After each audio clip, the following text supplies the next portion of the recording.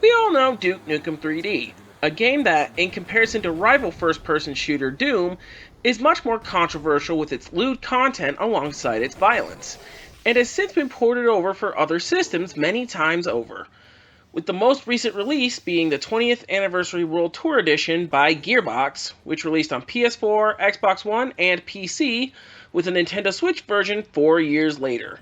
How does this raunchy classic hold up after all these years, especially with this recent re-release? Let's find out.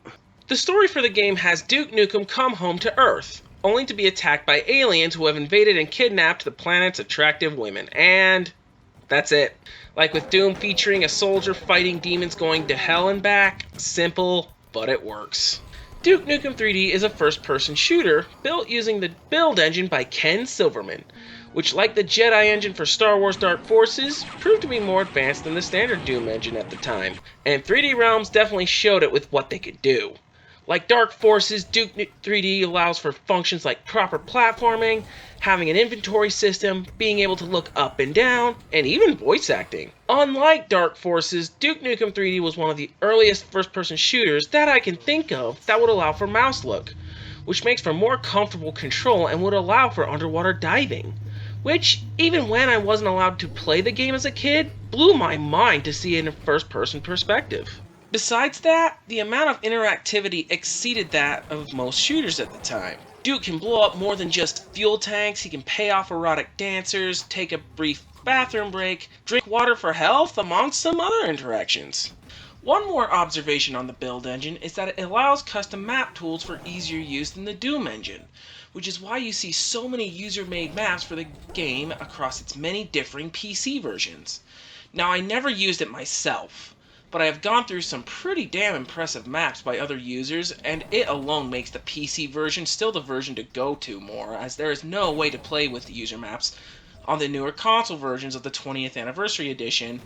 Meanwhile, the Bethesda versions of the classic Doom allows for new maps to download across all platforms, but I digress. Speaking of the 20th Anniversary Edition, current IP rights holder Gearbox would make some enhancements and release a new chapter, Alien World Order.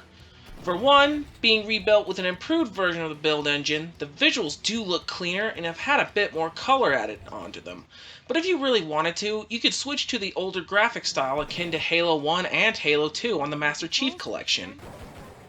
Now to talk about Alien World Order, the 5th episode exclusive to this release long after the Atomic Edition, carrying the 4th episode, The Birth. It shows that the original designers, Alan Bloom and Richard Levelord Gray, still kick ass in making levels for their game. Hell, another shout out goes to Lee Jackson for still composing badass tunes for it. All making it a worthy addition that complements the other 4 episodes, LA Meltdown, Lunar Apocalypse, Shrapnel City, and, as I mentioned, The Birth. Alongside the new episode, which of course introduces some new enemies and new locations, the game introduces a new weapon to Duke's arsenal.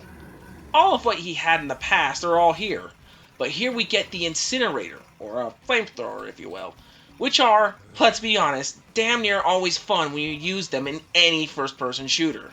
It just awakens a sadistic side of you that enjoys watching the aliens burn.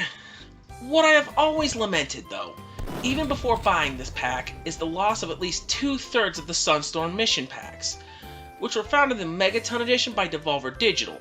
Okay, I wasn't huge into Duke Nuclear Winter, but I had a blast with Duke It Out in DC and Duke Caribbean.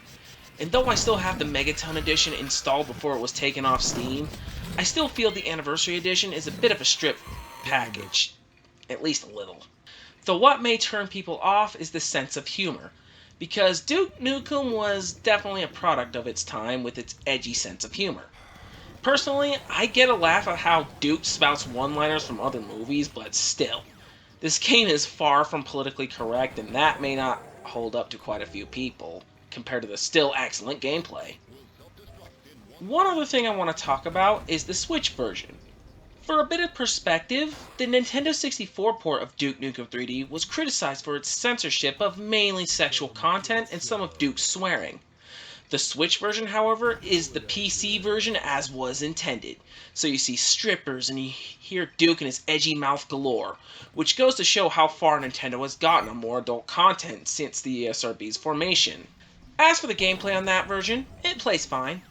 Not as accurate as the keyboard and mouse, and gyro controls are a welcome addition, or would be if the Switch's Joy-Cons weren't so small for my hands, and using them for a regular controller is just weird. To be fair, it's a bit better for first-person shooters than, say, trying to collect star bits in Mario Galaxy. Still, these gripes come more for the Switch's design rather than the game itself. Overall, Duke Nukem 3D on its own still holds up with its level design and action, while its edgy humor is an extreme case of your mileage may vary. And while the Switch version is great for Nintendo fans to play Duke as was intended, no console port will ever replace the PC version in terms of replayability. And to be fair, people have had their questions about supporting Gearbox just because of its sketchy CEO. Still, to this day, Duke Nukem 3D remains one of my favorite first-person shooters from the 90s.